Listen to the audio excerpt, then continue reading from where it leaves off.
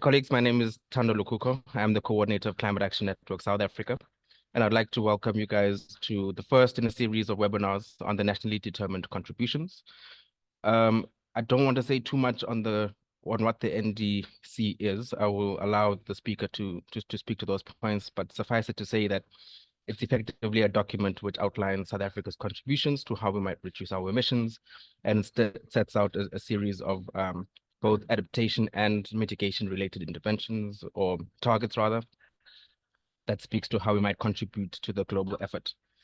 As you can see there, the agenda for today is posted, and so I will then allow for our speakers to come in. If they will, please, I don't want to take up too much time with reading bios or anything like that. So as I call your name, you would come in, you do a short intro about who you are and perhaps the work that you do, and then you move straight into your intervention. And then once that's done, I will come in again just to indicate that the next speaker might come along, and then we'll proceed in that way. When we get to the part of the agenda where you see the presentations by cities, there's a specific order that I would like to take there. So I will, when we get there, please, if the respective cities could be ready, I will indicate the order, but just want to get the names again. The one that will start, please, will be the city of Umhlatuze. And then the others will follow thereafter. So if the city of Umhlatuze could please just be prepared to engage. If I may hand over then at this point to the James Reeler, just to set the scene for today's conversation, and then we can get started. Thank you so much. James, can you hear me? Thanks, Tando. Yes. Hi, everybody. So I'm James Reeler. I'm the Senior Manager for Climate Action at WWF South Africa. Yes, I will hopefully be giving you a brief sort of overview of NDCs and their linkages. Thank you. I just need to share my screen. Hopefully everybody will be able to see this. There we go. Okay. So first thing to know is obviously that this sort of realm of the world where we're talking about climate change and various bits and pieces is rife with acronyms. So I'm going to do my best to steer away from them or explain them where they come up. The first one here, and the one that's very pertinent, is the NDC, which is our nationally determined contribution. And so just quickly, I think we can talk about what those are, if we can move forward. Okay, yeah. All right, so there's a long history of climate action in the international negotiations arena. It was under discussion for a number of years before the UN Framework Convention on Climate Change was formally sort of articulated at the Rio Earth Summit in 1992. So when many of us were much younger, and many of us, in fact, on the call were not yet born, it came into force in 1994, just a month before South Africa's Freedom Day. So just to give us a sense of the kind of history of that.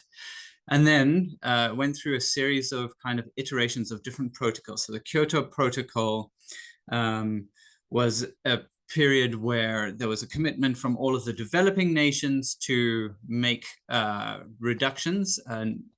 And this is differentiation between the developing nations and the sort of developed nations, the so-called at that point first world, but under the terms of the agreement, the Annex I nations. And those are the only ones that had to make commitments under that protocol, and others were given some leeway for development. So this graph here on the left gives you a sense of the emissions year on year for each of those countries. And actually that little line there is South Africa, just to give us a sense of where we stand in terms of all of those emissions year on year. Overall, we're about 1.3% of all global emissions, about 1.1% of the current emissions. So we're obviously a developing nation, but it's also worth noting South Africa is the biggest in Africa. So that yellow line there, that's the amount of carbon dioxide we put out every year. And you can see it increase and increase and increase, and now it's kind of stabilized and is starting to go down. The orange line is the total amount of emissions. And you can see that just keeps climbing because obviously we're putting out large amounts. And that black line there, aligning with about 1991, that's the point at which 50% of all of South Africa's emissions from 1800s up to now was reached. And obviously that moves along. But that's very pertinent because of a principle that I'll come to shortly. So the Paris Agreement in 2015 was a big change.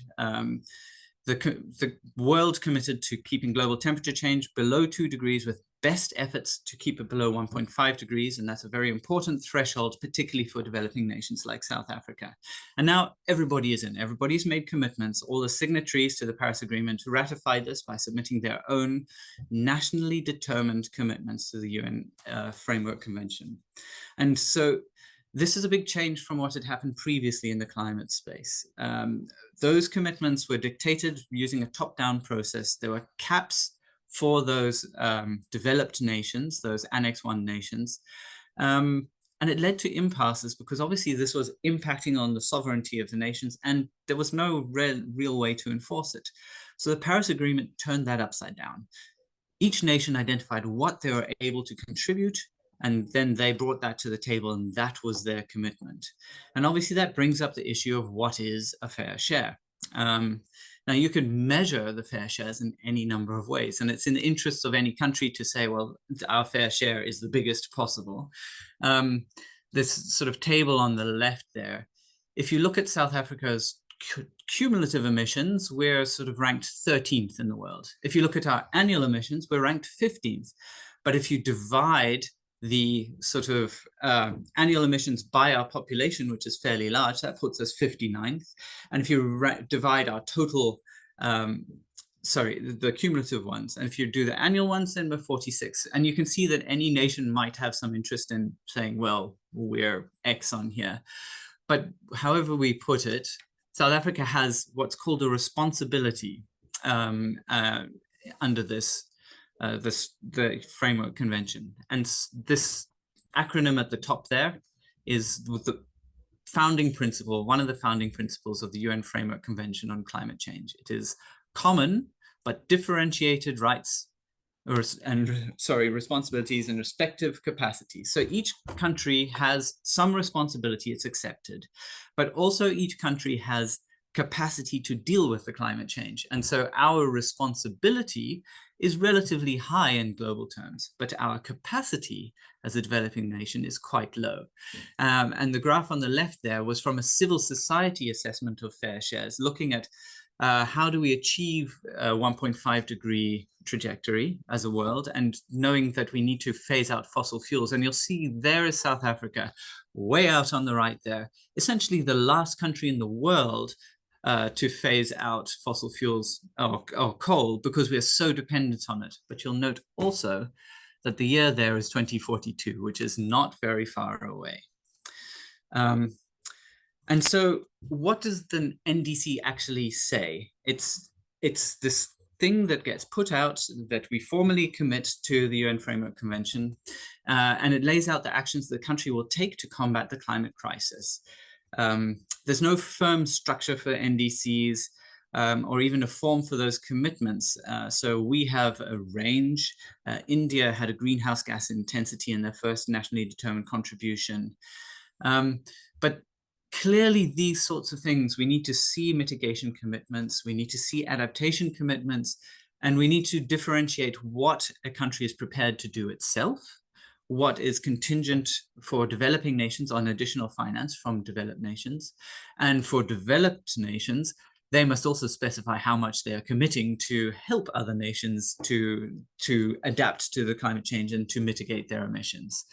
And so this process happened. We all made our initial commitments, and you can see there are a lot of things that we would like to see probably in nationally determined contributions that are not necessarily reflected across all of them. So some are very light. Some actually specify how much forest is going to be put in, and therefore what is the removals. Others don't really touch on that at all. And so they can be quite hard to assess. And so I think what's important here is the world we're aiming for is a world on the left, that 1.5 degree Paris-aligned world. A 3-degree world where climate change is beyond that level is frankly disastrous, particularly for developing nations like South Africa, which with water restrictions already. And so how do the NDCs that as they stand weigh up against this? Well, this is an assessment from the United Nations Environment Programme. The green trajectory on the left and the blue trajectory. So the green trajectory is what the world needs to pursue to reach that 1.5 degree target. And the blue is what we need to achieve 2 degrees. Now, these lines were taken from sort of the 2021, 2022 cutoff point. These dots here are the nationally determined contributions that all of the countries have put forward, added up. And I think what's very pertinent here is that, of course, the NDCs only currently go to 2030, but you can see that the current policies that were in place get us nowhere near these ranges. The unconditional NDCs, so that's saying what countries will bring additionally, gets us a little bit there, and the conditional ones get us a little bit closer. But this gap between the conditional NDCs and where we need to be in 2030 is a very significant amount in terms of the total emissions that we still need to take into account. But obviously, this was expected.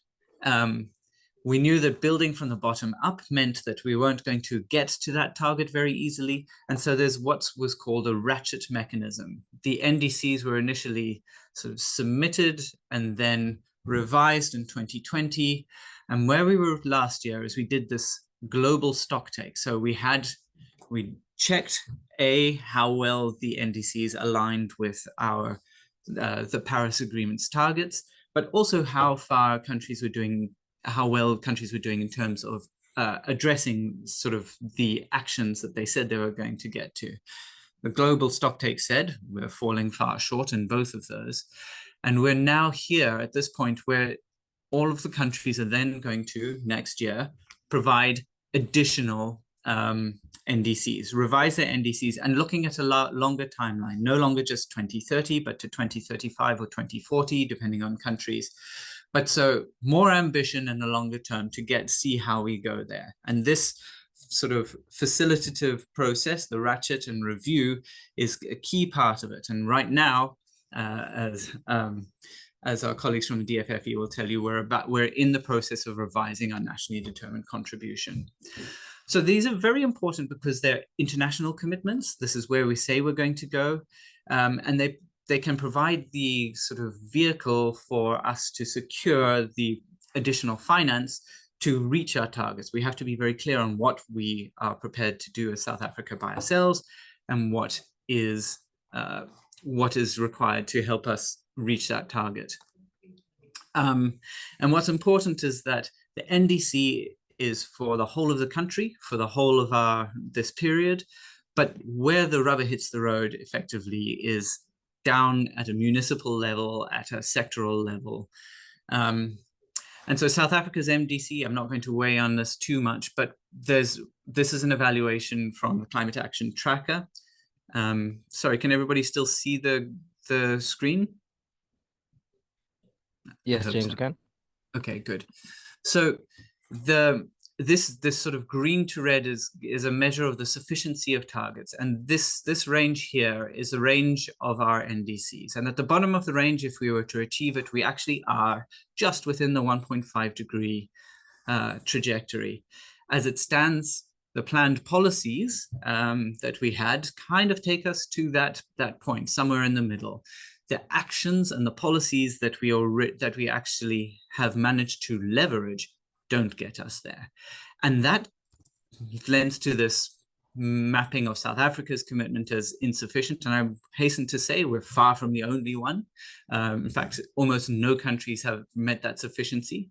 And that's why we have the ratchet mechanism. But one of the key gaps for us as South Africa is that we have a lot of policies and we have a white paper, we have plans, But what we didn't have until very recently is a means of taking that and sort of that international commitment and bringing it down to the ground.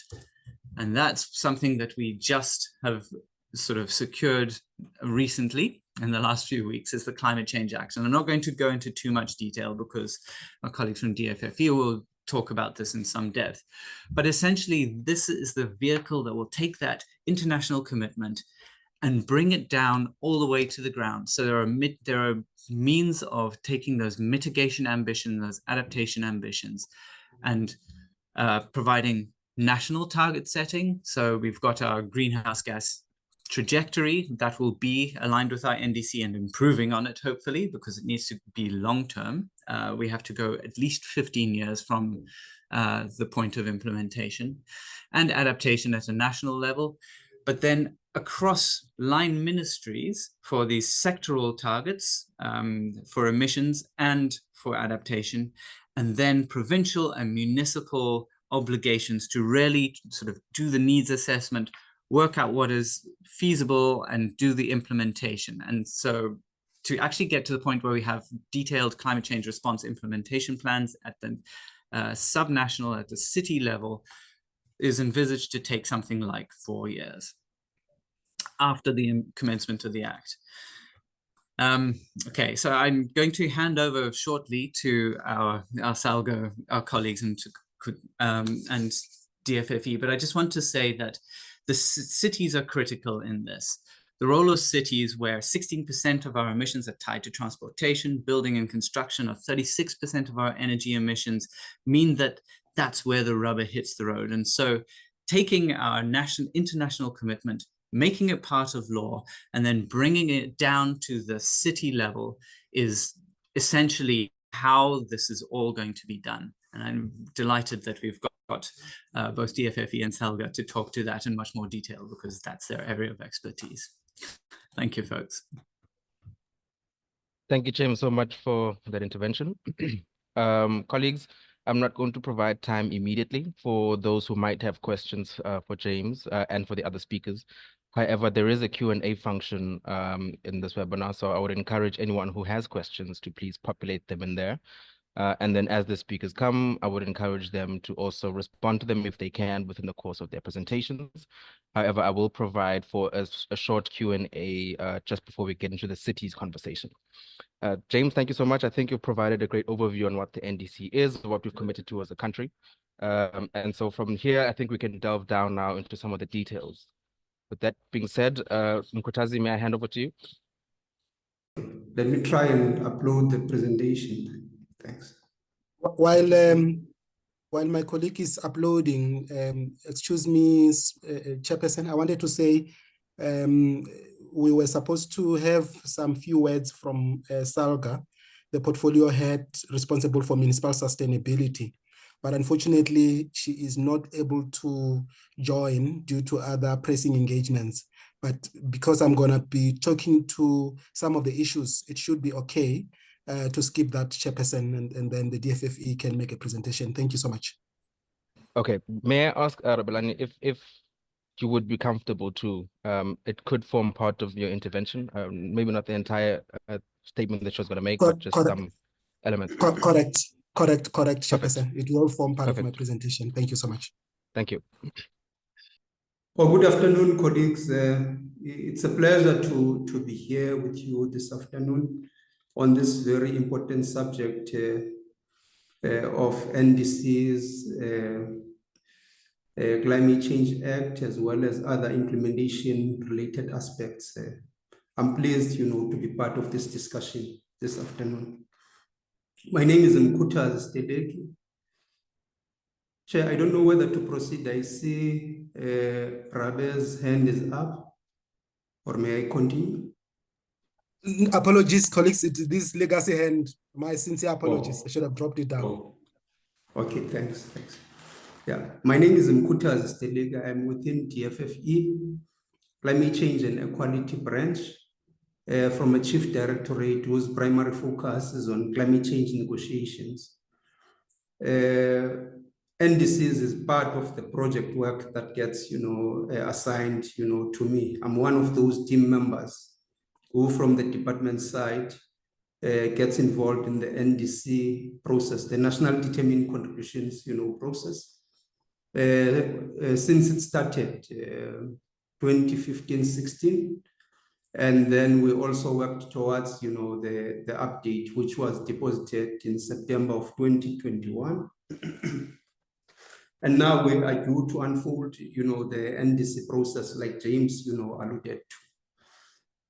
My assigned scope today is on the NDC stakeholder engagement process, and I will limit myself to that in terms of the presentation, the scope of which, encompasses these elements. So James has made my work, fairly easy here on some of the aspects. So the scope of the presentation is the context of the NDCs. I think James covered that, the ambition cycle. So I think I won't stay long on that slide. Then the structure of the NDC. I think, James, you also did this, but it's important of me to indicate our own NDC as South Africa. And then I'll delve into the process that we follow, so that everyone knows, the key process that is followed, what modalities we have in place to enable contributions, and so forth. Then modalities to enable participation, and then I'll summarize by putting out the main messages. Of course, I build and recognize, the contribution and input by James before me. James has already indicated that under Paris, the graph, the sketch before you indicates that we are to submit this, on a 5-yearly basis.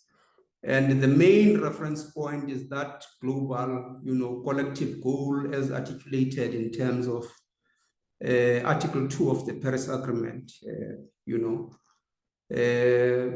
that in terms of the temperature, scenario, we need to be well below 2 degrees and strive towards 1.5 degrees, as well as a global goal on adaptation as well. So this target is not just unidirectional. We refer to them as the global goals, in plural. So we're not only limiting ourselves to the temperature goal only. There's adaptation, global, adaptation goal, but also there's finance-related, goal as well.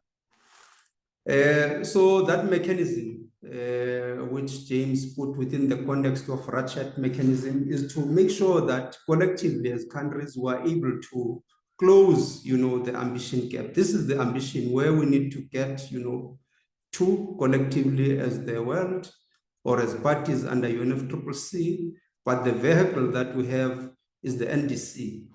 And we've got common timeframes now that we need to submit these every 5 years. Of course, this entails, the implementation actions on the part of countries, right? What actions do countries prioritize? James indicated that this is a bottom-up, kind of process. But also there's a review layer, which is, projected and presented by way of global stocktake, the very first of which we had last year at COP28. And indeed, the outcome thereof of that review, process came out clearly that there still is a significant, ambition gap. And, the default consequence following from that is that, as painted out in the IPCC AR7, the AR6 rather, apologies, the 6th assessment report of the Intergovernmental Panel, on climate change indicates that there are certain markers which, if we can follow, we can be able at least, to minimize the likely impacts. Otherwise, with the overshoots relative, to that goal, there's more dire consequences, scaled up impacts, worsening impacts due to climate and so forth. So in that context, NDCs are submitted every 5 years, and we are due to, under the international system, the expectation, let me rather use that, is that we have this submitted by February next year. That's for the time period 2031 to 2035, so to speak. The current NDC we have runs up till 2030, and it has 2 5-year implementation cycles, right? The first of which is 2025, and the other one is 2030. And then structurally, of course, before the structure part, I think James spoke about the ambition mechanism. Ambition really is the systematic way in which we have markers in the international system under the UNFCCC, in terms of which parties agree on how we are to close that gap, such that we reach, the 2-degree world, and even more ambitious, we strive towards 1.5 degrees, Celsius. Of course, now we are in 2024. So the reporting elements, that is the review elements, were expected to submit the first report by 1st of December, 2024, right? And then in 2025, we have to work on the NDCs. Then 2026, this biannual transparency report, which are towards encouraging transparency, as well as reporting on how parties are progressing on their commitment, will be on those 2-yearly cycles. The precursor or the current mechanism we have is what is called the biannual update reports, with the sister referred to as national communications. So there's that reporting part. And take a look here. We had the global stock take at COP28. Now the intervals there too is in terms of 5-yearly cycles. The next, which will be in 2028. I don't know why this is above. Where's the 2028? But we're supposed to have another one in 2028 and then 2023 as well. The NDCs, we will again, after the 2025 time point, submit the ones for the 2035 to 2040, that is by 2030, and the arrow continues. So I'm just restating and re-emphasizing the ambition cycle, that this is a continuous effort collectively amongst parties as well as individually, in terms of how they contribute to that overall picture. Structurally, our NDC comprises of those elements, right? Where we have the adaptation component that expresses our adaptation communication, but also the mitigation component, in which we chart forward, the kind of targets on the mitigation side, on how we limit emissions, within our economy and our space. Then there's also the means of implementation related there. But also this has to be conceived within the notion of equity. James projected a beautiful picture here that says our contribution, when compared to the overall globe, is comparatively minimal. But once you narrow that down to Africa level, will remain significant, right? And then comes therein the issue of fair shares, the expectation on the part of the country in terms of the level of effort that we should be contributing and so forth. But all I mean to convey through this is that we have this balanced structure on our NDC. It has mitigation, adaptation, but also means of implementation, which encapsulates finance, technology, and capacity building, right? Because we are a developing country. In order for us to be able to deploy these actions that we have committed, we need to be provided with the necessary means, in particular by those parties that have a significant, contribution to the climate challenge that we are faced with. And then the equity considerations. We're a developing country and we've contributed less. I see the term coming up. I hope that's not the signal that I must. Let me delve into the process, dear Chair and dear colleagues. Within government, this is the process we have followed over the two, efforts we have made towards the NDC 2015, as well as 2020, 2021, when we did the update. This is the nature of our process. Our process requires of us. When I say our process, it means this is South Africa's process, not just only government, because this does not begin and end only with government. Now we'll be starting with the research, because before we actually come to stakeholders or go to stakeholders and consult for their inputs, we need to have done some preliminary basis upon which we'll be able to trigger and generate views. And then we embark on consultation process. Then following from that, there will be a consideration of inputs as well as a revised document. And when we consult with multiple stakeholders, cross-sectoral stakeholders that encompasses all stakeholder categories as provided for, including in NCCRP, the Climate Change Act now, as well as various other policies. Then there would be an IGCCC process, Intergovernmental Committee on Climate Change, as well as National Committee on Climate Change. And then there's Global Governance, Committee, to which we later present once we do that. And then there's a government cluster, system where at ICTS, where issues including on environment, as well as trade, as well as security are being addressed. We also get an opportunity to have that presented. And then you've got a forum of South African Directors Generals, that is at the most senior level, of administration. We need to expose how we have consulted the stakeholders and the extent to which we have taken aboard or considered, the stakeholder views and inputs. And then you've got the portfolio committee, on environment. I might be using an outdated acronym here, apologies. Then that culminates ultimately into the cabinet, approval process.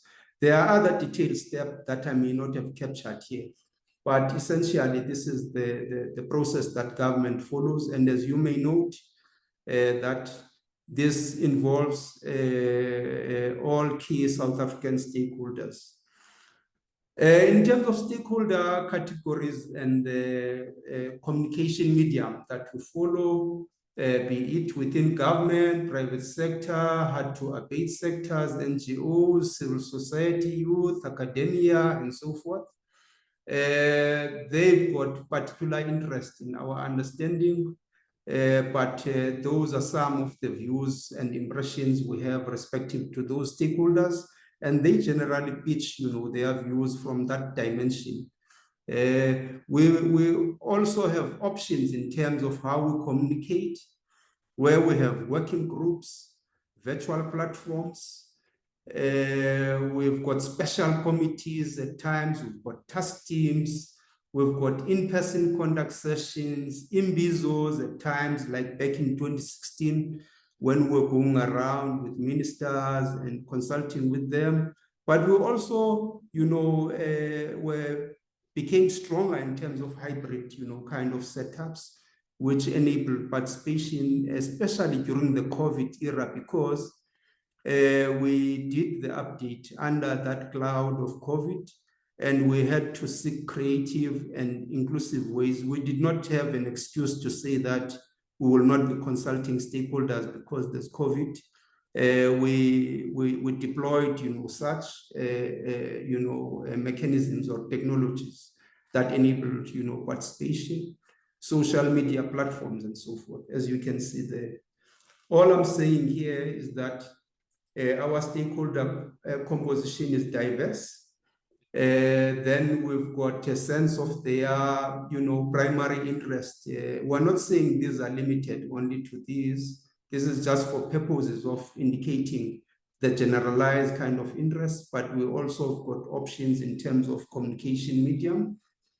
Then finally, Chair and dear colleagues, Amongst the key messages, we anchor here, amongst others, on NCCRP, National Climate Change Response Policy White Paper, various, policies in government, intergovernmental relations, and so forth. I may not have written them here, but I decided to just, lift this up, and James has already covered the main elements and provisions.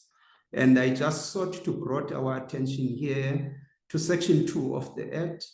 And I just lifted up some of the objects, some underscore. I'm not saying this is limited, because I needed here to point to the fact that the Act, its intent partly is to enable, the country to give effect to international, climate change commitments as well.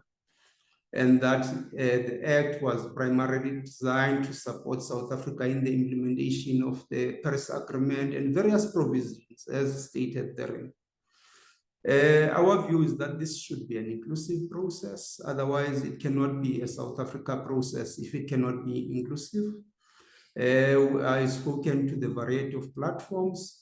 It is key that we keep, in mind other imperatives such as sustainable development imperatives, right?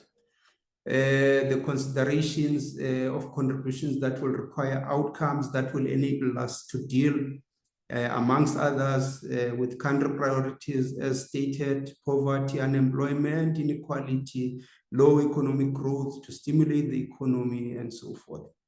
Considerations of a just transition, and the just transition, framework, as you may have observed from the dimension of the Presidential Climate Commission.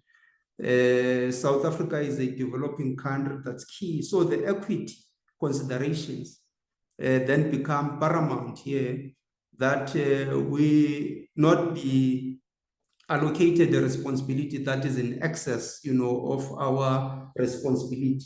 I know that James had spoken here, and I smiled as he did mention of responsibilities and the capacity gaps, you see. So when we paint out just transition, we need to take on board that, the principle of equity and so forth.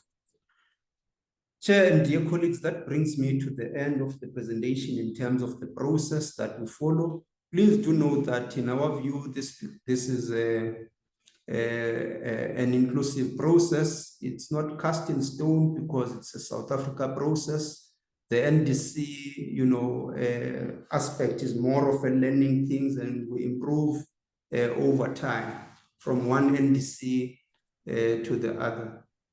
Thank you, Chair, and back to you. And thanks for your audience, dear colleagues. Thank you so much, Tadustelegu. Colleagues, I think with the second speaker, we've gone from understanding what's happening at an international level. I think Tadustelegu has given us a good understanding of what's happening specifically within the South African at a national level, national system at a national level. Before we get down now into the question of what's happening at cities, I would like to hand over to Utadu Rabeleni to then give us some insights on the Act itself. You would have heard that it's only a few weeks old at this point, and so I think it might help to our understanding as to what it is and what it means exactly. So if I may hand over to you, Dr. Rabelani, and then you've also got a few minutes just to share with us those thoughts that would have come from the SALGA colleague as well. Over to you. Thanks a lot. May you please confirm if you can see my presentation? Yes, I can confirm. It's not in the presentation mode yet. Okay. Is it now on presentation mode? Yes. Perfect. Thank you. Okay. Thank you so much for the opportunity to present on our views as SALGA and our experience. And as you know, our views and experience is really the views of the municipalities on the ground, who are the members that we represent, 257 municipalities that we represent, and we represent through all the other processes that we follow.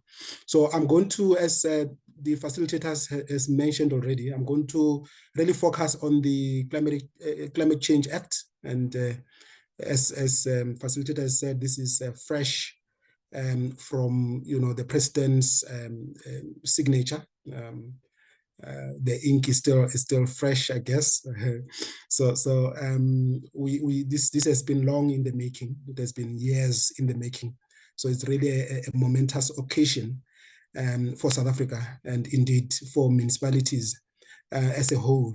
So I'm not going to talk a lot about the NDCs, but I will touch a little bit on it because I think my colleague Mkutazi and also my previous colleague have really touched on it. And I'm aware that we do have cities that are waiting to also share their views on the experience on the ground. So I'm not going to be too long on it.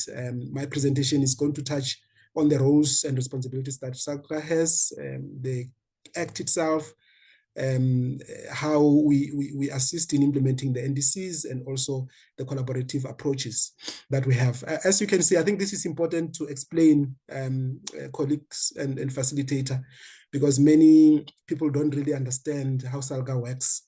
So it's an important opportunity to explain that SALGA represents organized local government as empowered by Section 152 of the Constitution, providing democratic and accountable government for local municipalities. And also as per the Constitution, Section 24B of the Constitution that talks about safe and healthy environment, and with the specific focus, in the municipal area. In terms of our developmental agenda, we are also guided by Section 153 of the Constitution, which really shapes the structuring of the administration and the budgeting and planning processes of the municipalities, and also participating in the national and provincial developmental programs through the intergovernmental, the IGR processes. So just to remind colleagues, colleagues might also already be aware that the functions and priorities of the municipalities vary. There are a lot of functions because municipalities are, at a coal phase of implementation and closer to, the people. There are various functions, water, sanitation, air pollution, transport, to mention but the few. We have these functions, and the challenge for us is to ensure that, as we provide them, we provide them such that the lives of the people on the ground can change and can transform. So that is where we come in as SALGA to working with our members on this. Also, as I've already talked about, the Constitution that guides our work. You may not or may know that we are representing municipalities in the IGR processes and system. We consult with provincial government. We are represented in the National Council of Provinces, NCOP. We are also represented in the FFC. So, the white paper on local government of 1998 was really that,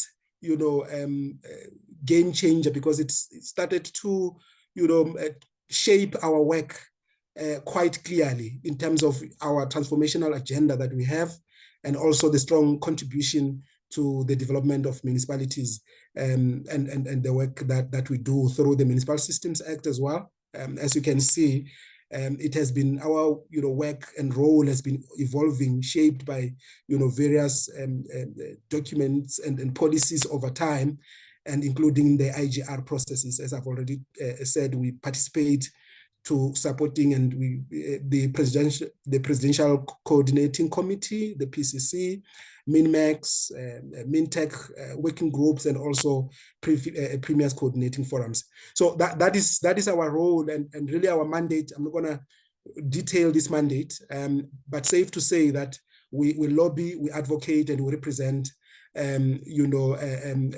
local government at relevant structures, as I've already alluded to. We are an employer body. We provide capacity building, on various issues related to climate change, environmental management, disaster, and all others. where we support our members and we advise them as well on the innovative approaches that could be followed to bring about transformation, the strategic profiling, and as well as knowledge and information sharing. So this is our mandate as we inspire service delivery. So with that being said, providing that broader understanding of what we do as SALGA, I thought it is important to really dwell a bit more on the Act number 22 of 2024, as I've already mentioned, the Climate Change Act, and the implication that this has to municipalities. It's quite key, to go through this. I mean, it's still a fresh, act which has been signed into law by the President on the 18th of July, and my colleague Mkhuthazi Steleki has already alluded to the UNFCCC, United Nations Framework Convention on Climate Change, the NDCs under the Paris Agreement. So this particular act is really embedded richly in the principles of the Paris Agreement, and in terms of reduction of greenhouse gas emissions, adaptation responses. My colleagues have already alluded to this. And if you look at Chapter 3 of the Act, it underlines the development of climate change needs and response assessments, and also climate change response implementation plans for provinces, municipalities, and district planning. So it assists, and if you look at Chapter 2 as well, it looks at the institutional arrangements. And for the first time, we do have a piece of legislation that really seeks to shape the institutional arrangements in local government in a coordinative approaches with provinces and municipalities. And if you look at Section 18 of the Act, it talks to the finance mechanism, which is critical because our members clearly they don't really have funds in place. Climate change has been an unfunded mandate for the longest of time, so it will be critical that this financing mechanism do get developed to financing climate change responses, planning, implementation by all spheres of government, and the consultation with Minister of Finance, as has been articulated in the climate change bill. So the main question that colleagues may be asking themselves, I mean, what does this act mean to municipalities? And it's a big question, which we try here to break it down a bit so that we can be able to understand the complexities and challenges that we are facing as municipalities. As municipalities, we are front-run responders to the effects of climate change. There have been disasters that have been happening, loss of life, damage to infrastructure, etc., etc. I mean, wildfires that have been raging in all over the place in most of the provinces, including KZN, Western Cape. So those are the impacts that gets faced by the municipalities on the ground. So this is quite critical, to provide that context with which municipalities operate. And the just transition to a low carbon and climate resilient economy and society would then requires that, resilient and change in an enormous scale and speed in terms of the structure. And the, climate change starts to provide that. It's still a journey because, as with acts, there are regulations that come that, detail certain aspects and so on and so forth. But at least we will have that piece. We have got a starting point where we can be able to work through it. So the coherence within the multi-level governance is critical, and hence this theme of today, it's the collaboration and collaborative approaches that we are going to be having throughout, so that the challenges that municipalities are experiencing, the shrinking revenue in municipalities, the funding models that need to be updated. I mean, we've been experiencing load shedding and all those, and the funding models clearly needs to really be updated on this. Limited access to, resources on climate actions. I mean, in municipalities, it's not a secret that in most instances, one official will deal with biodiversity, quality, will deal with all range of issues. And that is just practically impossible, right? So the resourcing of that would be critical. as we move along to implementing, greenhouse gas emission reduction interventions and also strengthening our vulnerabilities. And also, the difficulties in accessing local scientific data, it's critical. I mean, we also have that challenge that needs to be, tackled hand on going forward. So in terms of why climate action is crucial in local government, as I said, I've already alluded to the complexities and challenges of rapid, population growth that municipalities, more especially cities, are facing. Food, water insecurity. We've been having water issues, in Gauteng, and we, as a country, we're a water scarce country already. So those are the challenges that really affect us and affect service delivery, as we are, front line providers of core infrastructure services, and how municipalities then respond to those in providing, the service delivery and infrastructure that is well maintained and so on and so forth. So the local government then should be at the heart of South Africa's climate change action and just transition agenda. There have been a lot of efforts and processes that we've been participating in, which municipalities have also been participating in as SALGA. We will also be running, the just transition provincial dialogues across the country, so that we can be able to socialize the just transition concept, and be able to show the opportunities and the setbacks and challenges that will be experienced and how we mitigate those as we go along. The role of local government in climate action, this I've already alluded to some of this. I'm not going to repeat much for the sake of time. I'm going to skip to this particular slide, which really talks about service delivery. And when we say in local government, climate change is not just, a document, a nice piece of paper that gets developed, but it plays a very, very direct role to the improvement of service delivery, be it in water and sanitation, human settlement, public transport, waste management, electricity, and energy. So this is quite critical, because, I mean, these, climate change action plans or response plans are embedded in service delivery and shouldn't be seen as an isolated,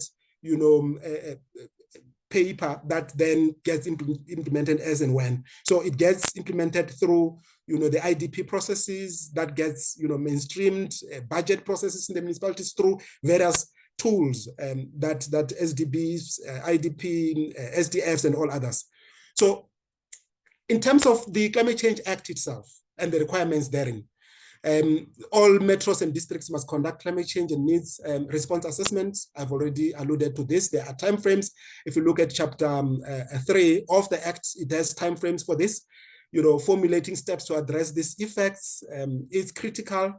Reviewing and amending and publishing, the needs and response assessments. Most of the municipalities already do have, and districts, the needs and response assessments that will be reviewed. We are working with municipalities already to do exactly this, developing, implementing, and publishing, this in government gazettes and so on and so forth. So this is, our work is really clearly cut out. We still have a lot of work to do to ensuring that we, comply to this and we get, of course, finance to be able to do this with us as SALGA supporting municipalities already in this space. So moving forward, I've already talked about various chapters, but it's just important to talk about, the fact that the district intergovernmental forum will also serve as municipal forum on climate change. So this is just to say, there is not going to be mushrooming of, forums, because they lead to fatigue, right, in municipalities. So there would need to be a very concerted and clear effort where, some forums that are clearly linked to climate change would then be able to be able to do, the Climate Change Act. I mean, provinces already have the Climate Change Forum. I mean, some municipalities already have those that are existing, those that are not, and there is clear justification for them to be renewed. That would be perfectly fine. And, the Act itself also dwells a lot on the Presidential Climate Commission. SALGA participates in that, and there are opportunities, as you have seen, in terms of the just energy, JET framework, JET implementation plan. Municipalities have a piece of pie there, and we need to operationalize, the role and support that municipalities will be getting from that, the funding that has been made available. Noting that, of course, the fundings are in a form of pledges, but those that are, coming directly would have to be operationalized, and we'll be having a conference that will be taking place later this month that will exactly be, trying to unpack what the role and socializing the just transition in terms of the opportunities that are available, the barriers and other issues that needs to be looked at. Integrating climate action in IDP, I've already talked about this. This is quite critical. In terms of adaptation, you're looking at local risk and vulnerabilities. It's a process that is quite detailed. Luckily, we do have the CSIR that already has, a green book that is already being used for this, for our climate action planning development processes.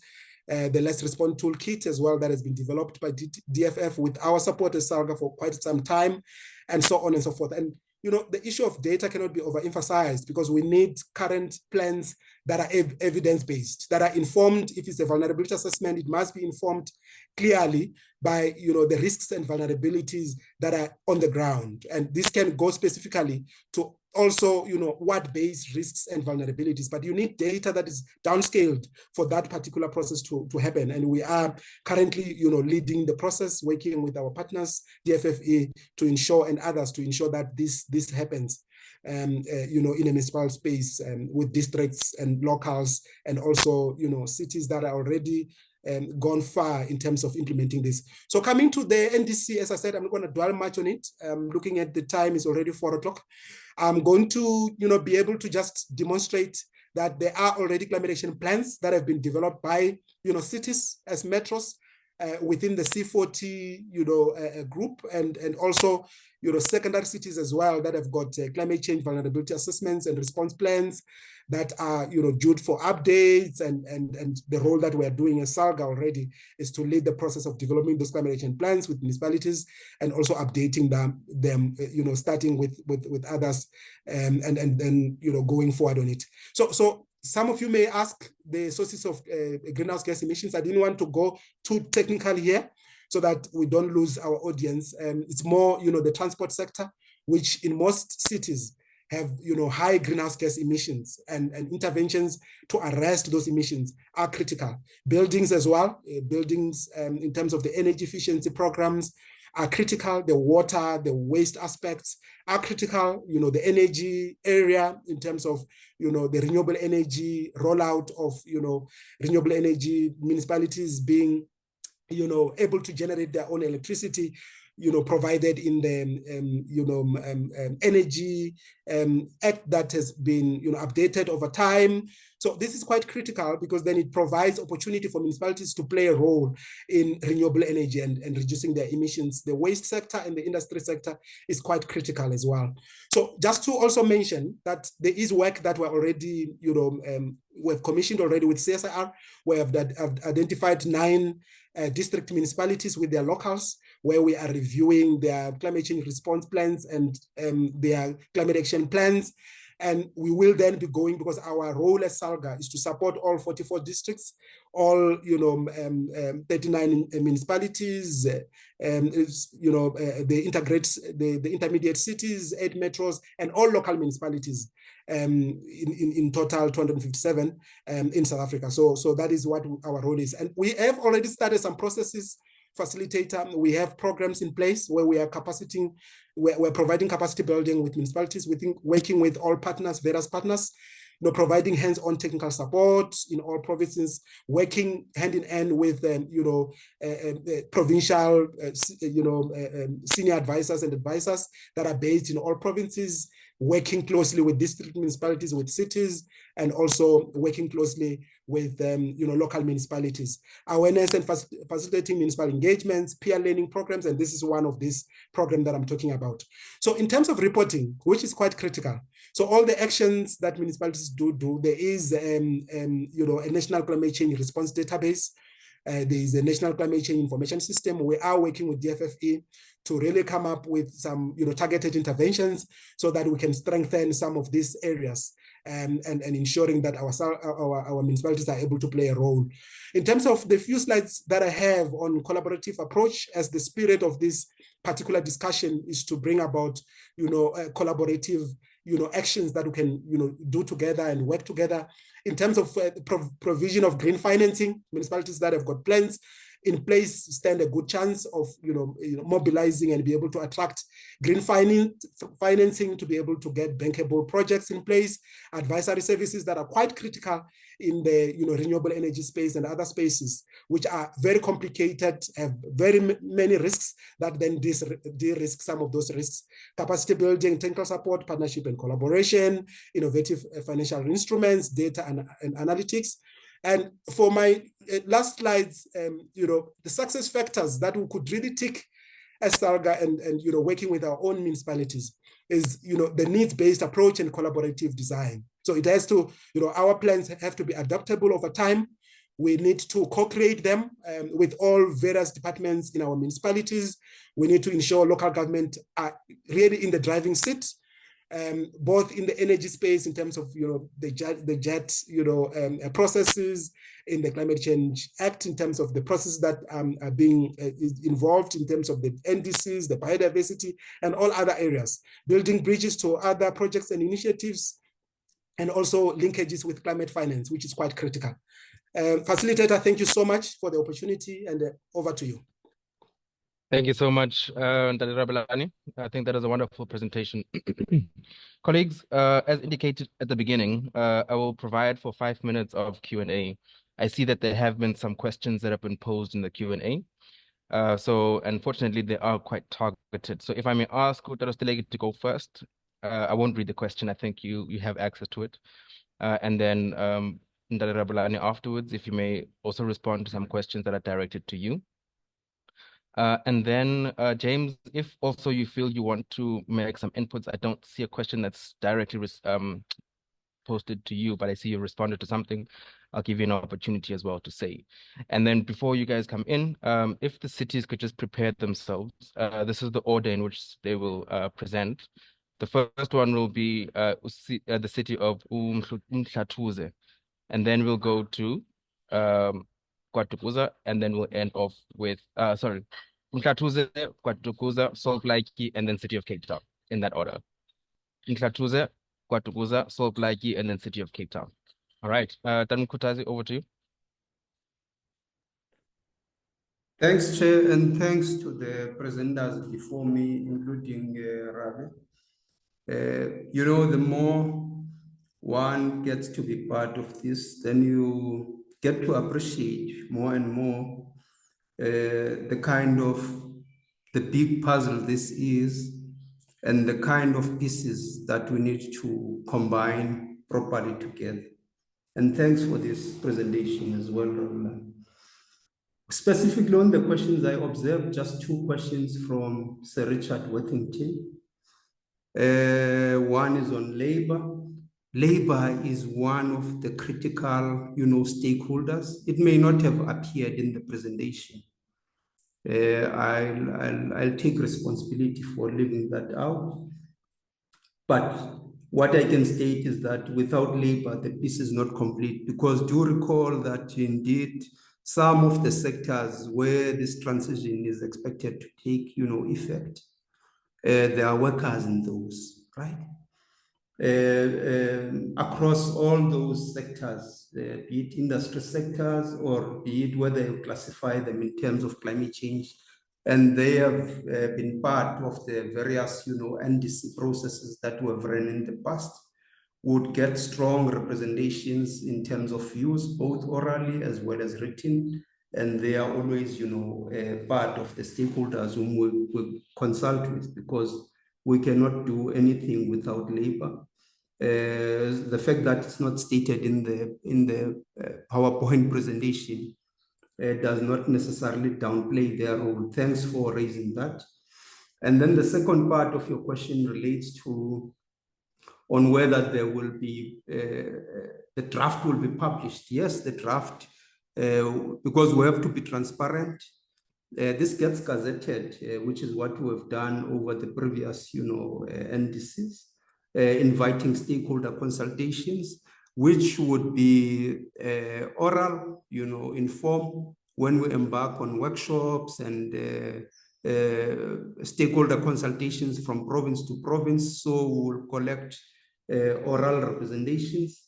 But there's also a room where there's a window where we usually post on the DFFE website for stakeholders to make written representations. And Sir Richard Worthington, you've been one of those who would make as well written representations. We value that. That platform enables participants to add their views, and this is consistent with the Constitution. There's no way that we can simply go straight to NFCCC and deposit that which we claim to be South Africa's without having benefited from the views of South Africans and having followed due processes. Those are the two questions that I could pick, Chair. If there's an additional one, please guide me. Thank you. Thanks, Tadisteleki. I don't see an additional one. I think you've covered the ones directed to you. And Tadira Rabelani, over to you. Thanks a lot, Chairperson. I don't have a lot of questions, but thank you so much for those. It's good that we have got cities lining up already anyway to make presentations. In terms of the agribusiness focusing on transition farmers, I think please do contact ourselves as SALGA, myself afterwards, so that we can, find out what kind of, transitioning that you want to focus on. If there is a potential, way of collaborating in terms of, a partnership approach, we can explore that, and you're welcome to contacting me thereafter. The municipal needs air quality management plans, correct, 100%. Municipalities do need air quality management plans, and we have been, working with municipalities and also with DFFE and SOurce to ensure that there is, and also the Clean Air Fund to ensure that the municipalities are able to, deliver this mandate. We know that there are challenges. We want to explore the use of, a municipal infrastructure grant, the MIG, as a way to really innovatively fund some of these infrastructure challenges that municipalities do have in the area, because it's indeed a service delivery challenge. The clean air issue, it's true, it's a service delivery challenge, and it has to be tackled head on.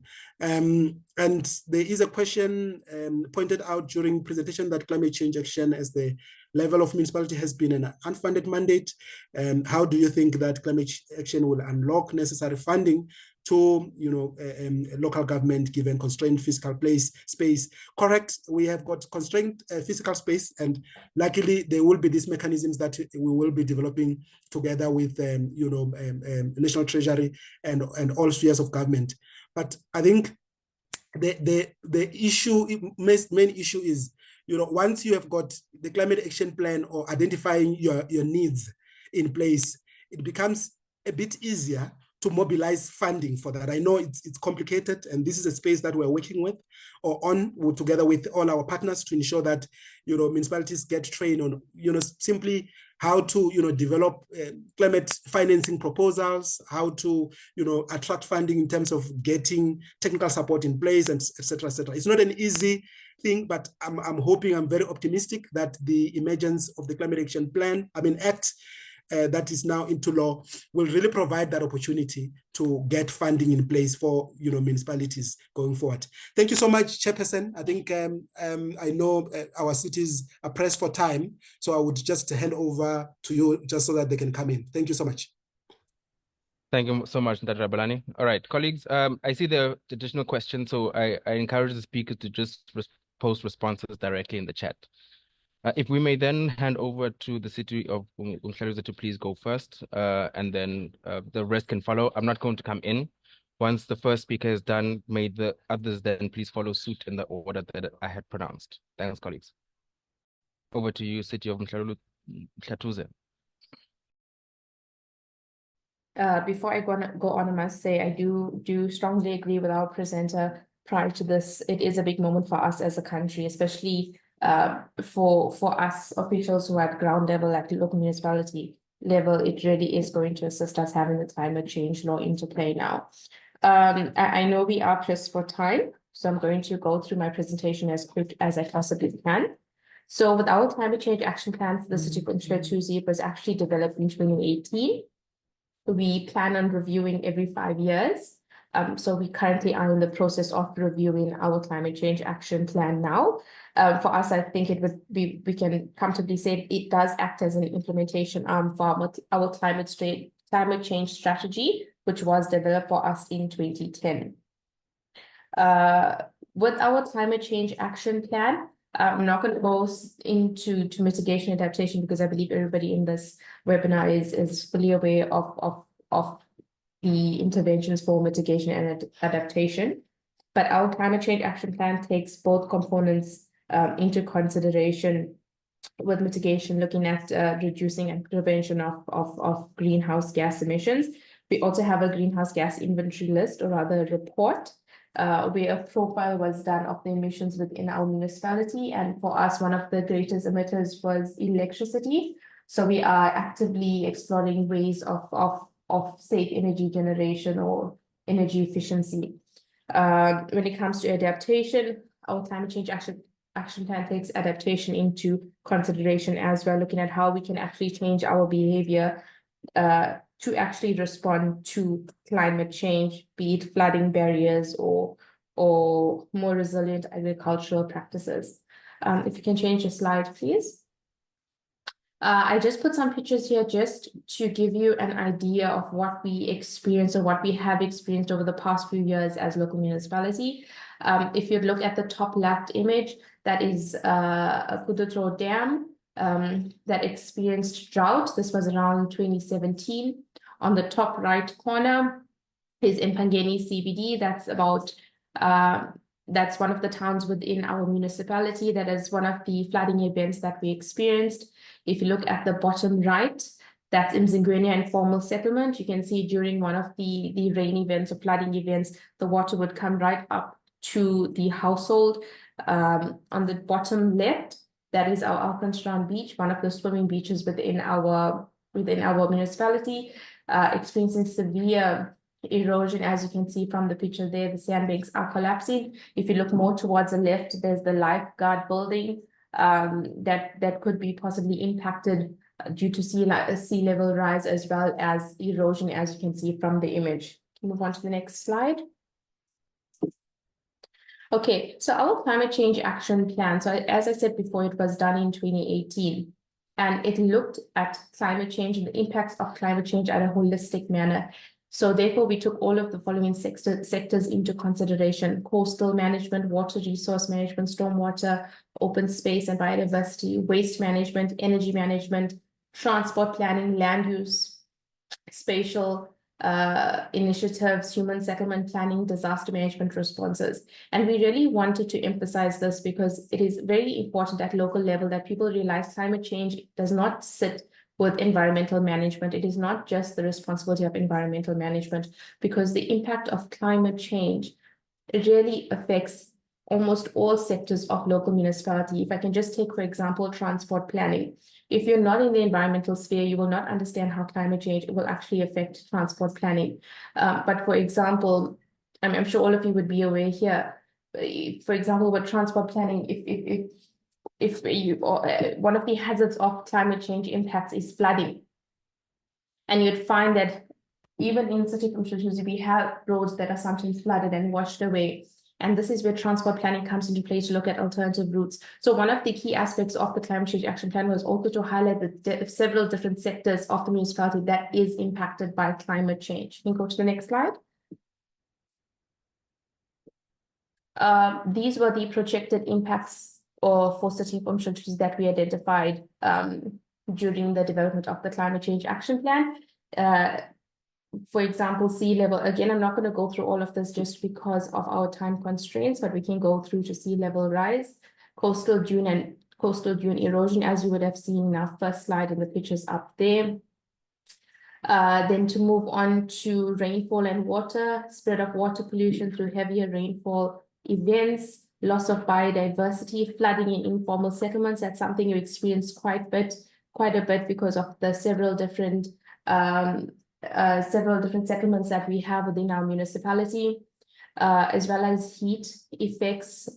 It's something that we do experience quite a bit just because we're such a dynamic municipality with so many different types of settlements, with so much of biodiversity, you'd find that we truly experienced almost all the impacts of climate change. So we do see the need for us to actually respond to climate change. Can we move on to the next slide?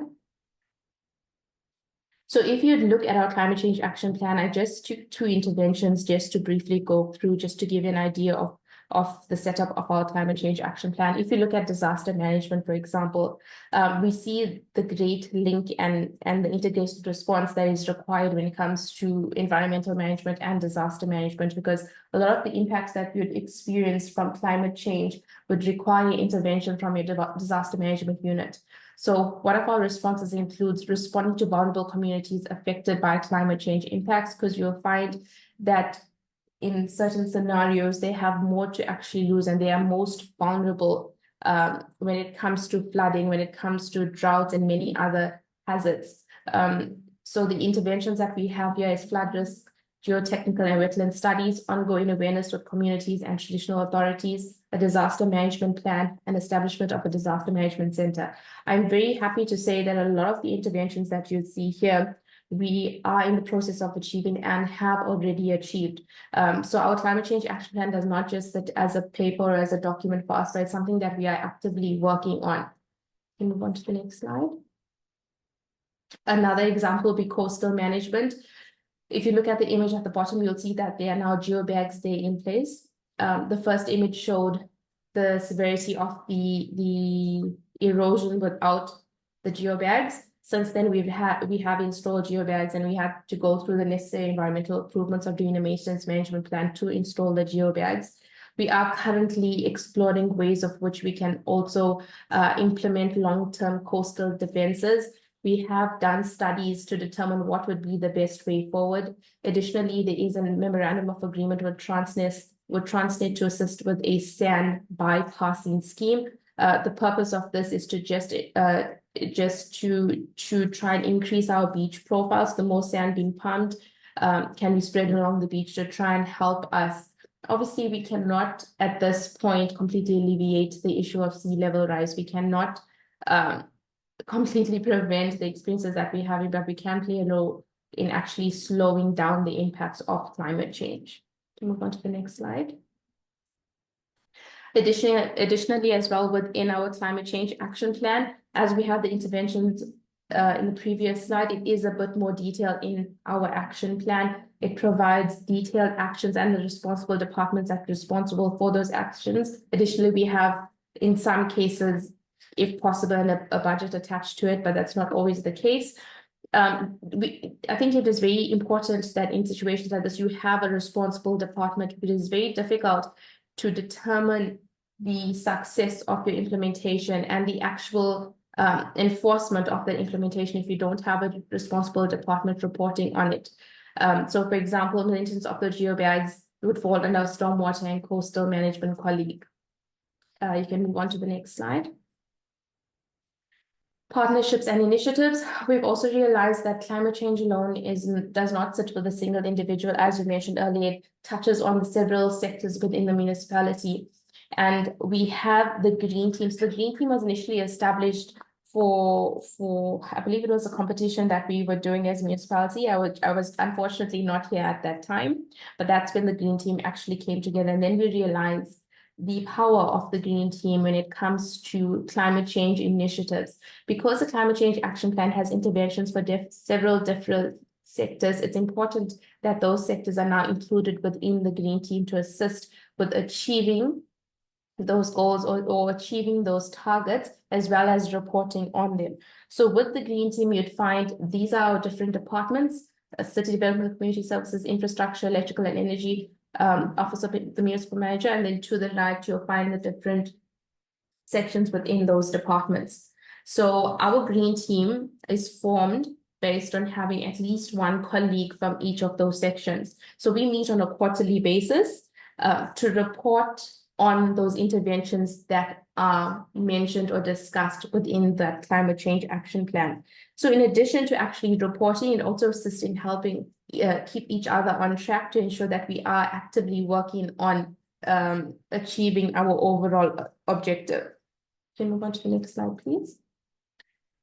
Okay, so that was our internal arrangement. Thereafter, we have our partnerships. In addition to all of these, which I'll go through now, we also have good relationships with the industries within our area, some of which are aware of our climate change responses, and some of which actually do participate and assist us where possible. So, for example, the Global Covenant of Mayors, I think most of you may be familiar with, if not all of you. We as a city have pledged to reduce our greenhouse gas emissions, as well as improve our adaptive capacity, and that's done through our climate change action plan. We are also members of ICLE, which is an international non-government organization made up for local governments to ensure sustainability. They offer us consulting services and also introduce us to climate financing opportunities. Thereafter, we have, let me just go to CDP reporting. On an annual basis, we do carbon disclosure reporting. And then above that, cities adapt. So we are fortunately have been awarded the opportunity to be a part of the Cities Adapt project. It's for 2 local municipalities, us, which is the city of Uchatuzi, and one in Mexico. The idea behind the Cities Adapt project is to create climate change resilience at a neighborhood level. So when I say neighborhood level, we've chosen the town of Escaleni, more specifically in Mzigwenya area. I see the time is running out quite a bit, so I won't elaborate on that, but it is a project that we are actively working on. And move on to the next slide, please. So key takeaways from our climate change action plan. There's one thing that we've realized, it's that there has to be a mindset change when it comes to climate change. And if you look at us as local municipalities, with the Cities Adapt project that I've mentioned previously, it actually involves school kids. So I'm going to use that as an example. We will be doing a demonstration project to create climate change resilience within one of the schools in Escaleni. Escaleni is a town that is, Mzigwenya is an area that's known for flooding. So this intervention that we are installing within the school will actually assist the school with flooding. So that would probably be permeable pavements or bioswales or whatever it is that we plan on installing within the school or constructing within the school. If you think of it practically, a school student from that school will come into the school understanding that they've been experiencing severe flooding, and they would understand that it is caused by climate change. And after this intervention is implemented in their school, they will now realize that there are ways that we can actually reduce it. We've now created knowledge and awareness within that child. That individual will now go home and speak to their household, which will then now create knowledge and awareness within that household, thereafter extending towards a community. So I believe there is actual power in what we are doing as a local municipality, where we are creating not only climate change resilience, but also educating the children and creating awareness. And we believe that's one of the biggest things that can assist. Yes? Hi, sorry, I have to cut you because of time. Sure, no. I'm so sorry. Yes, no, I hear you. No, it's fine. It's actually my last slide, so I'm good. All right, wonderful. Thank you so much for that. Okay, thank you. Hopefully we get some questions. Thanks, Estelle. Colleagues, if you have any questions for Estelle, please just drop us an email and then we can get those to her. If we could have Mbali Mpanza next from KwaDukuza.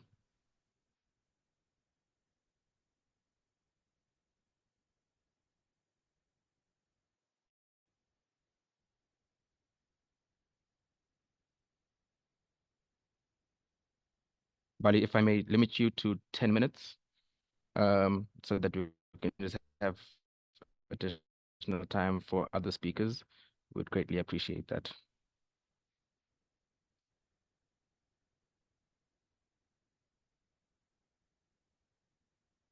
Greetings, colleagues. I'm not sure if I'm audible.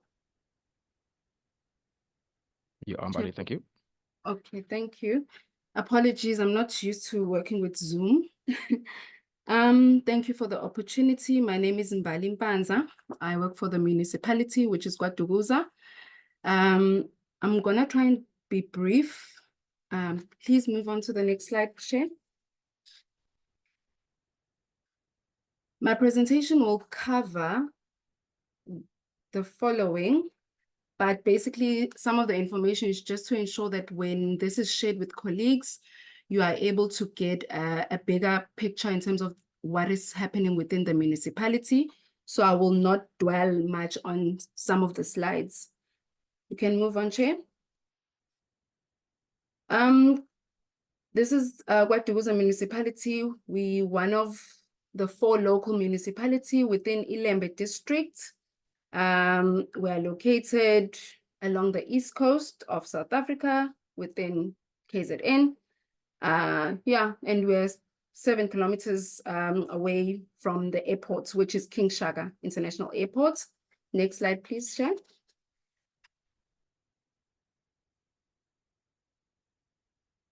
Our population, we are roughly 300,000. And in terms of our key economic sectors, they are agriculture, tourism, and manufacturing services. And this is also a home to Chief Albert Luthuli. King Shaka is one of the heritage sites. And yeah, so we are well known. Next slide, please, Chair.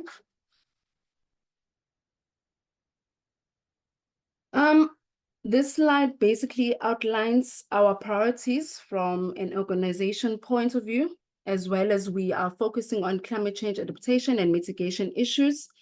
With regards to climate change, the issue of building partnership is one of our priorities, as we have realized that being a relatively small municipality with big ambitions, we cannot achieve our goals without galvanizing with other stakeholders.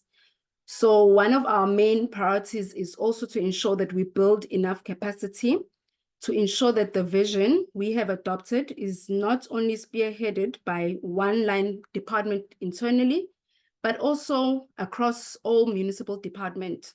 So this is done through exposing the officials within the municipality in terms of them participating in various forums to ensure that they also learn what is out there in terms of climate change as well as other related issues. We can move on to the next slide, Chair. I think this is the crux of this engagement. In this slide and the following slide, I'm gonna try and take you through a journey that we've underwent as KwaDukuza municipality through trying to implement our low carbon development journey or actions, if I can put it that way. So basically, our low emission development was triggered when the municipality experienced high tides in 2007. This phenomenon caused great damage, not only to our public infrastructure, but also to private properties. The estimated cost at that time was roughly 2 billion. This incident proved to us that climate change is real and we needed to plan for it, or at least take it into account when doing our planning.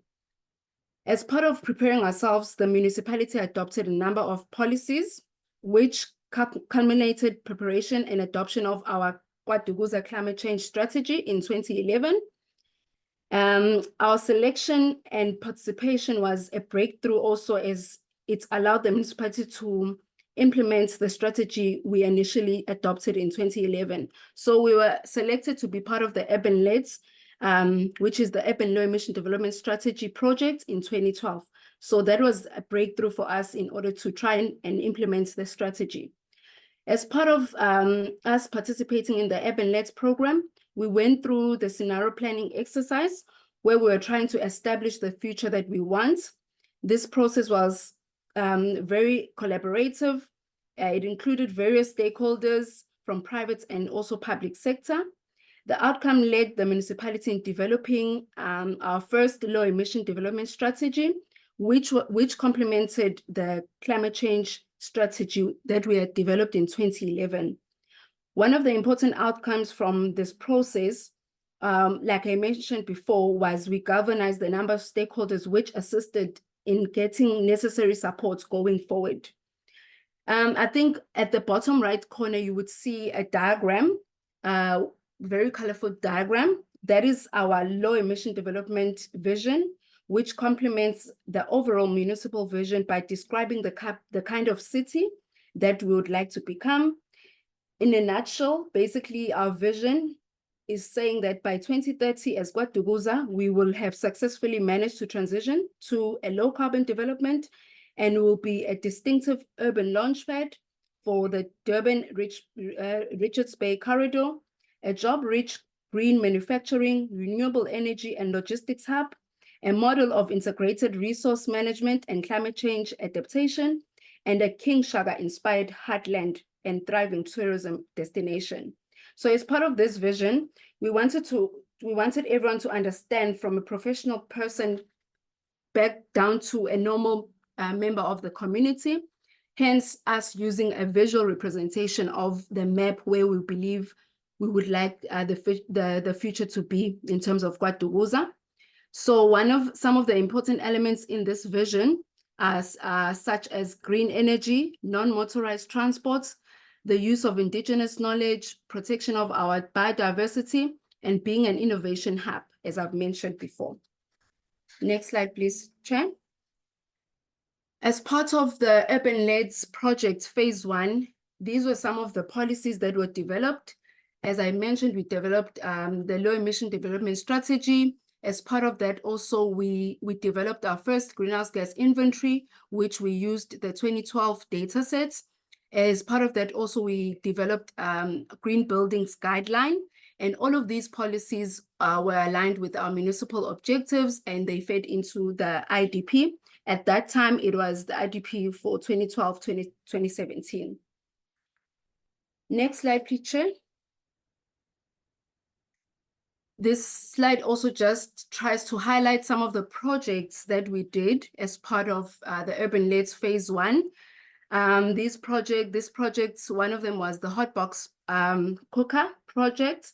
We also, out of the Urban LEDs phase 1, we also developed a marketing video for KwaDukuza. We also implemented the Groudville Care Homes project, where it focused on improving the living conditions for the orphanage, where we provided energy efficiency initiatives or measures. We gave them water tanks, different kind of measures. We also did food gardens, etc. And we also internally, we started recycling projects. Next slide, please, Chair. Moving on to Urban LEDs phase 2. Urban LEDs phase 1, if you see on the previous slides, that was done between 2012 and 2016. And then we were fortunate enough to get another opportunity to also participate in the phase 2 of the Urban LEDs, which also took place between 2017 to 2021. In this process, the key priority or the objectives focused on us developing our second greenhouse gas inventory report, which we then used the data for 2014. And then also in that process, we also developed our climate risk and vulnerability assessment reports, which was highlighting how local climate risk can be reduced through better planning. Also in that program, we also focused on embedding climate change in our municipal frameworks, as well as in our line functions, where a workshop was done, a working session actually, where a workshop was done in 2018 that incorporated all relevant line functions. And most importantly, we also, as part of embedding climate change into our municipal frameworks, from there onwards, we focused or we ensured that as part of ensuring that our green building guidelines is implemented, we ensured that as part of us assessing development applications, there was a standard conditions in the ROD where it stated that developers must adhere to the green building guidelines. Also, as part of Urban LEDs 2, there was a demonstration project that was conducted, where there was an installation of electricity smart meters in 3 municipal buildings, namely the Nokukanya Lotuli House building, the KwaDukuza Civic building, and Lavopia building. And in addition to that, we also installed the smart meters in 2 areas, which was the Tinley Manor Beach and Chief Albert Lutuli Streets. Mainly the reason why this was the the street lighting was also was one of the key areas. It was to ensure that we monitor and the implementation of LED lights, comparing it that currently the lights that are used are HPS. So we try to compare from the different areas to see whether it's worthwhile implementing LED, so that when we go to council, we have a better case in terms of, because we have built a business case to show that LEDs are worth implementing, and because usually the HPS, they use the council usually goes for the HPS because they are cheaper and traditional. Next slide, please, Chair. Sorry, Mbali. Unfortunately, this is going to have to be the end of your presentation for the sake of time. Okay, can I go apologies to for the that. last slide? Okay. You may go to your last slide if you can keep it within 1 minute. Okay, I'll do that.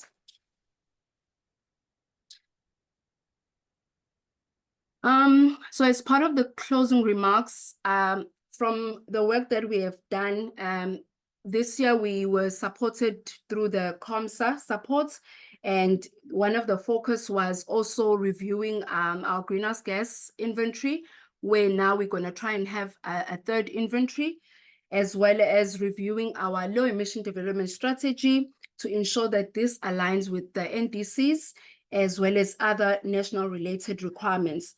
So our focus now will be, one, to externally verify our GSG inventory. And once that is done, we will submit the GSG for council approval. And then the next step in terms of the LED strategy, we will be revising the indicators for each strategic objective. And also we want to update our action plan in the LED strategy, and also that will be submitted to council. And all of this will be mainstreamed in our municipal planning objectives, as well as in our IDP. And then the other focus is ensuring that we consistently implement our climate actions. And also we continue reporting all our climate actions into the CDP unified reporting platforms, as well as the national reporting platforms. And then all of this should put us in a better position in 2030 to be the green destination for both investors and tourists. Thank you, Chair. Thank you so much, Mbali. Again, apologies for the haste in the end, just time constraints. If we may please then move over to Sol Blakey. I think you should be unmuted, and then immediately afterwards it will be City of Cape Town and Amy. And then colleagues, we're hoping to wrap by around 5:05, if you could just stay with us a little bit longer. Thanks, Chair. I am ready to speak. I do have a presentation, but I'm just mindful of the time. I can rather just speak verbally to it if you would prefer. I would. Thank you so much. Okay, that's fine. Thank you for the opportunity just to give some feedback on our experience with implementing a climate change strategy and action plan. So just to let you know, we have a climate change strategy that was approved by Council in May of 2021. The intent of that is to review it every 5 years and update that if it's required. So we've still got a little bit of time before we need to update that. But it's obviously in the back of our minds that does need to be reviewed on a 5-year cycle. At the same time, we put together a climate change action plan that covers both adaptation and mitigation, as well as a range of cross-cutting issues that cut across both adaptation and mitigation, and which are more in the space of enabling actions. That was also approved in 2021, and we see that as more of a living plan that will be updated on a more continual basis. And so we're currently busy with a high-level process of reviewing that because there have been a few institutional changes since it was approved, and we need to make some high-level updates to that. So just to recap, we have 10 strategic focus areas in our strategy and action plan that covers 5 adaptation focus areas, 5 mitigation focus areas, and 5 cross-cutting work areas. And that covers around heat, drought, flooding, coastal management, and fire, as well as spatial planning, energy, buildings and precincts, sustainable mobility, and waste. And then the 5 cross-cutting work areas are around governance and research, green economy, business models and finance, communication and collaboration, and then finally, human and ecosystem health. So within that, we categorized actions according to what type of action they were. So we had actions that focus on planning and visioning. So whether we need new strategies and new plans. We had actions that focus on physical infrastructure and assets, so capital projects. We also have actions focused on governance and regulations, so whether there needs to be bylaws or policies that need to be put in place. And then a number of actions around collaboration and partnerships, as well as behavior change and communication and research. So that's all those sort of supporting actions that enable the other actions to take place. So very briefly, we have in total then 101 program level actions across those 10 strategic focus areas and the 5 cross-cutting work areas. Those are at various different stages of implementation. And so that's what I wanted to highlight. We were asked to highlight sort of successes and challenges in implementation. We've moved from having, out of the 101 actions when we started the action planning process in 2021, 32 of those actions were in implementation. Currently, 54 of those actions are now in implementation. So we've progressed quite significantly from when the plan was first initiated to the current reporting year. And a number of actions that were sort of in the concept stage or in the planning stage in 2021 have now moved into an implementation stage. We've had to put a few actions on hold where we determined that they were just not able to be implemented right now. So about 3 actions are currently on hold, and 2 actions have been completed since the action plan was established. So just to highlight where we've really had the greatest progress in implementing these actions, and I think it's important, and I'm sure other cities have and municipalities have had the same experience, is that where there was already existing momentum and existing budget allocation prior to the approval of our action plan, those actions have really progressed much more easily and at a faster pace than the actions that were completely new at the time of the approval of the action plan. And that's somewhat to be expected because the new actions need to still go through all of the preliminary stages of work before you can actually get to the implementation stage. And many of those actions that were a concept at the time of the action plan being approved didn't have budget allocation or resource allocation. And so that's also part of the process is getting those into budgets and getting the necessary resources allocated to take those forward. So in terms of challenges, I don't think it's a surprise to anybody that there's generally budget challenges across all spheres of government, including the City of Cape Town. I think all municipalities are feeling that challenge. From a global perspective, the current state of the global current events, with there being sort of conflict in many parts of the world, means that a lot of aid budgets have been reallocated, and there's reduced available climate funding. And where there is climate funding available, there's been a much more increased focus at the international level for targeting that support to least developed countries. And so as a middle income country, as South Africa, there's increasingly fewer opportunities from the international funding arena. And there's a much greater expectation that we must self-fund or at least co-fund these types of this type of work, and where funding is available, it's increasingly more concessionary loans rather than grants, and obviously loans do need to be repaid, so that is a different consideration than grant funding. There's also been an increase in extreme weather events over the past couple of years. I think across the country, definitely in Cape Town, we've had 2 years of very severe flooding now. And so that kind of increased impact means that there's going to be additional investment required into risk reduction and response to these extreme weather events. And so that also then provides an additional strain on existing already strained budgets and resources. So currently our focus to address that is on securing technical assistance where we can and grant funding where that is available. And that would be targeted at those actions within the action plan that are progressing slowly, where it's been identified that budget constraints are the reason for slow progress of those actions. Thank you. I hope that wasn't too much said in too short a time. I'm happy to supply a presentation that can be distributed after the meeting. Thanks. Hi, Amy. Thank you so much for that. I think you did great for time. Please do share the presentation. Correct me if I'm wrong, colleagues, but I think we will be sharing all of the presentations. May we then have the last speaker, Sister Mwanda from Soulplike. Thank you, If Tando. you can, are you able to do it without the slideshow in case it just kind of slows it down? Yes. I'll do without slideshows, especially that we are not really into full participation on climate change. As Soulplike municipality at this stage, we have a strategy which was adopted a couple of years ago that still requires some review, the climate change strategy. In 2019, 2020, we had engagement with Cocta National with regards to SDG adaptation as a pilot project. We were just being introduced on how to approach the issues of SDGs and institutionalizing that. That was just a pilot at the time. The need for institutionalization is there. However, as Soulplike municipality, I guess previous speakers indicated the issues of budget and just resources in general are a challenge for us.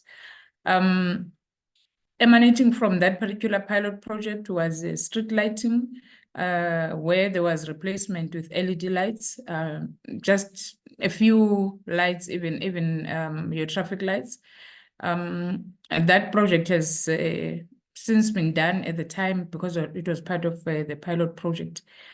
And there was also assessment of energy utilization on municipal buildings on the same year, done through our electricity department. Even that one, it was a pilot exercise. Beyond that, the municipality didn't really implement activities beyond that pilot program. But also there was an engagement through ICLEI that was in 2019-20, where we submitted for climate adaptation program. I think the TEP, however, we were not approved for that particular application. I think there was an open window for submission for applications. For funding, we submitted for floodline delineation studies for our purposes, because we have the Vaal River that normally it floods, and some of our dams within the urban area, they would flood, and they'll always, especially when it rains and where there's wetlands, we always experience challenges when it's raining heavily.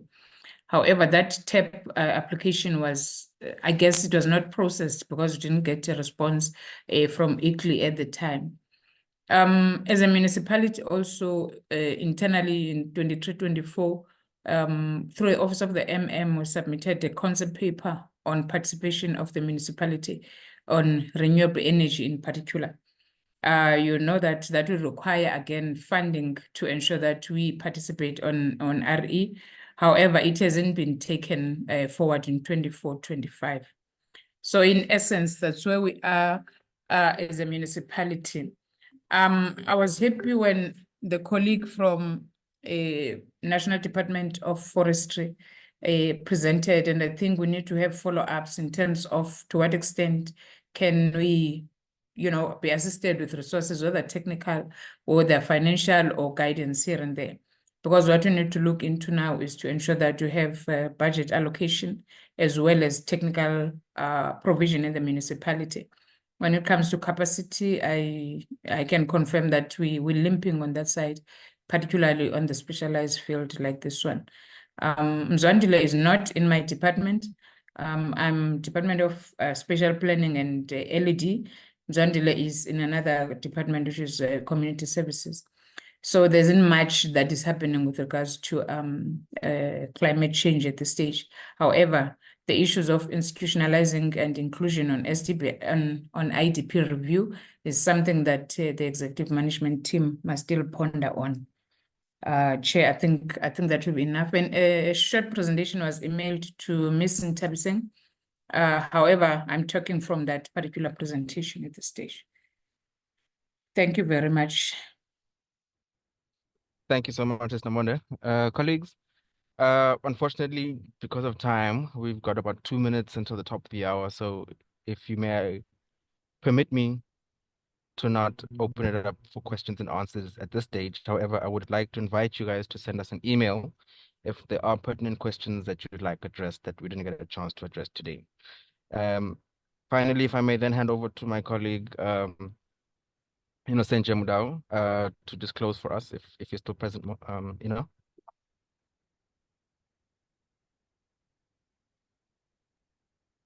Yes, I'm here. Thank you. Do you want me to close, Tando? Because you said. Yes, please.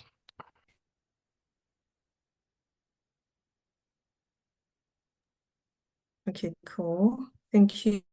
Thank you so much. Yeah, unfortunately, we have come to the end of our webinar.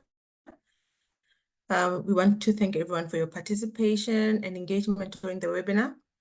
So this was the first episode of a 3-part series. So please look out for communication on upcoming episodes we will share on our social. Thank our speakers for their informative interventions. Yeah, I think with permission, we will be able to send the presentations. And as Tando said, if you've got any burning questions, you can email it to us and we will try to get them to the right speakers and we will respond. And yeah, lastly, I would like to thank Tando for your great facilitating and keeping the conversation running and also keeping the time. And thanks to the CUP team for organizing. So with that, we wish you a great day further and a great long weekend. Thank you and bye.